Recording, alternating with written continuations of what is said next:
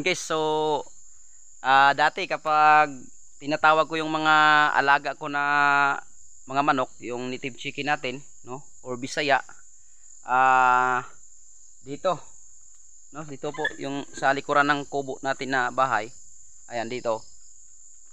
Halos maano po dito, halos mapuno sa mga alaga nating manok, no? Or native chicken. So ngayon guys, wala na tayo makikita na mga manok, no? Dahil nga noong September, kasi October na ngayon guys, noong September is tinamaan po talaga tayo ng malalang sakit, no, sa ating mga alagang manok. Kung tinatawag sa amin guys is laway-laway. Tapos dalawang klase yung tumama dito guys is aratay, no, yung malambot yung balahibo ng manok, tapos namamaga yung muka nila, tapos nagluluha yung mata. At noon malaki po yung nagasto natin guys, no, sa ating mga alagang manok para lang magamot sila. Pero kahit isa, wala pong natira, wala pong iniwan yung virus na tumama dito sa atin, no, sa mga alaga nating manok. Yung naiwan lang ngayon guys, itong ibon ko guys, ayan, no, sumasayaw. Ito na lang naiwan yung ibon natin. Ang tawag po nito sa amin guys is alimukon. Ayan. Ayan, napakabait nito, sasayaw yan. Ayan. Igiling-giling. Igiling-giling.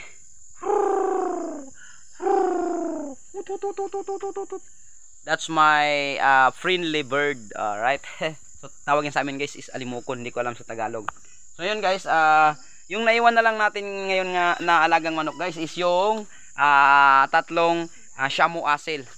Kasi guys, kaya po hindi sila natamaan ng sakit dahil na-quarantine po natin sila. May kita nyo may sako, no. Ito lahat guys, nakabalot po yan ng sako, itong dalawang kulungan ko. At yun yung dalawang babae na Shamu Asil, na babae na manok. Ang bloodline nun guys is Asil or Shamu. Diyan natin nilagay, at yung isang lalaki, kaya nakaligtas sa aratay at laway-laway. Pero yung mga manok ko guys na Bisaya or native na manok, kasi maliit lang yung kulungan ko guys, no, maliit lang, kaya hindi natin na kulong lahat. So ayun, talagang kahit ngayon, kahit sisiw guys, nung September hindi ko lang na-vlog yun kasi umiwas ako sa na i-vlog yun kasi pinagbabawal po yun nun. Baka natakot lang ako guys, baka magkaroon ng yung channel natin problema, no. Ayaw ko nang maulit or madungisan pa yung channel natin guys, kaya pasensya na kayo. Ito guys, ito may isa tayong naiwan dito. Ayan, yung mga kapatid niyan guys, halos lahat ubos. Ayan, oh. Ayan, may kita nyo. Yan na lang yung isang naiwan dito na palakad-lakad dito ngayon. At yung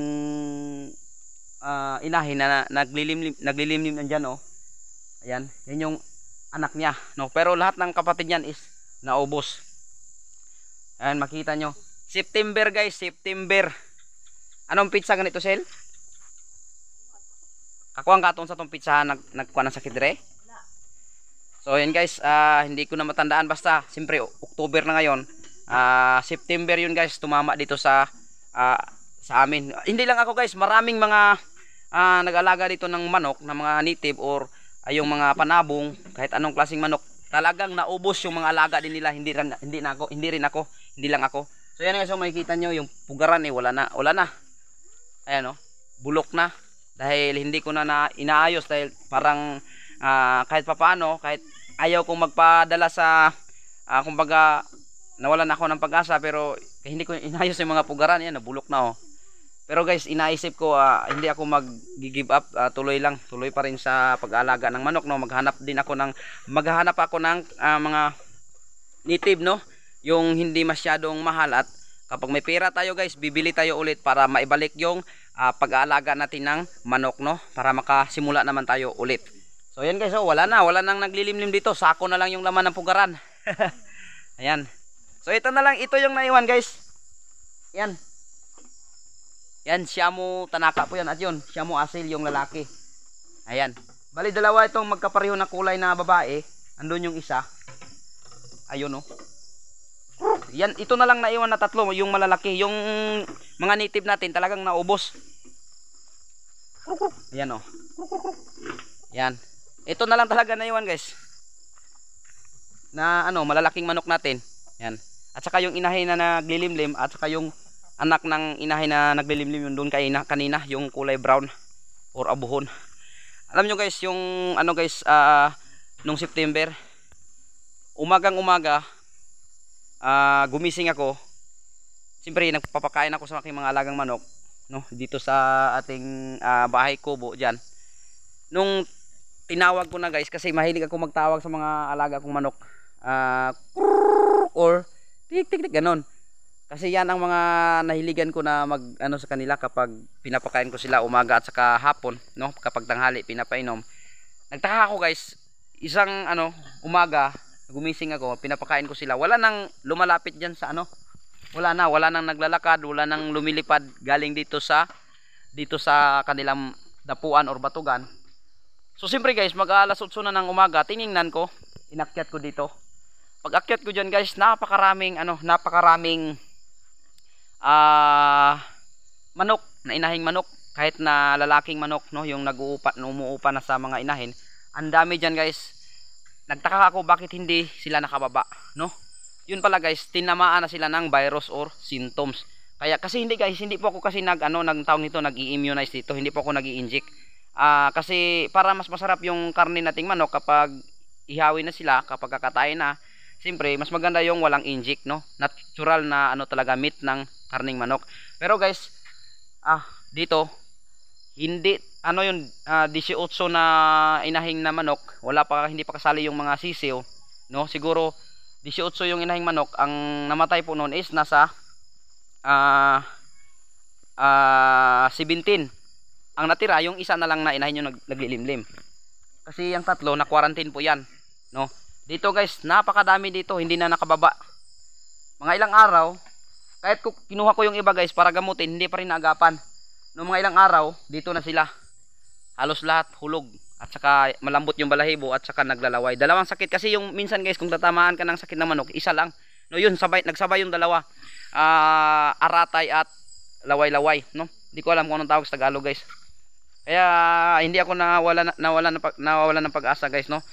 Plano ko ngayon kapag may puhunan ulit, babalik ako sa pagmamanok. Pero yung gagawin ko na lang guys, siyempre hindi tayo nagsusugal. Ang gagawin ko ngayon is yung yung panabong. Bibili ako ng dalawang klaseng manok na yung panabong, yung lalaki at saka dalawang babae na pure hybrid. Yung panabong kasi dito guys, mahal yung panabong dito kapag mayroon ka nun, no? Babalik ako, tapos mag-alaga din ako ng native kapag may puhunan tayo, no? Wala nang dito, wala na tayong makikita na mga manok dati. Kapag nagbablog ako, nagbibideo ako dito, maraming mga manok dito or sisiw na naglalakad. Kaya dito guys, itong kubo nila, hindi ko na to tinapos dahil na-discourage talaga ako guys. Kumbaga parang nabagsakan ako nawala na ako ng pag-asa. Pero ito, itutuloy ko pa rin to dahil siyempre pumasok sa isipan ko, no? Iniisip ko na ganun talaga, hindi talaga naiwasan yung mga ganyang pagsubok. Kapag nag-aalaga ka, minsan siswertihin ka, minsan mamalasin, no? Ayan, wala nang dito. Kung sa Bisaya pa, mingaw na kayo. So yun guys, hanggang dito na lang yung guys, no, yung update ko sa aking channel, no.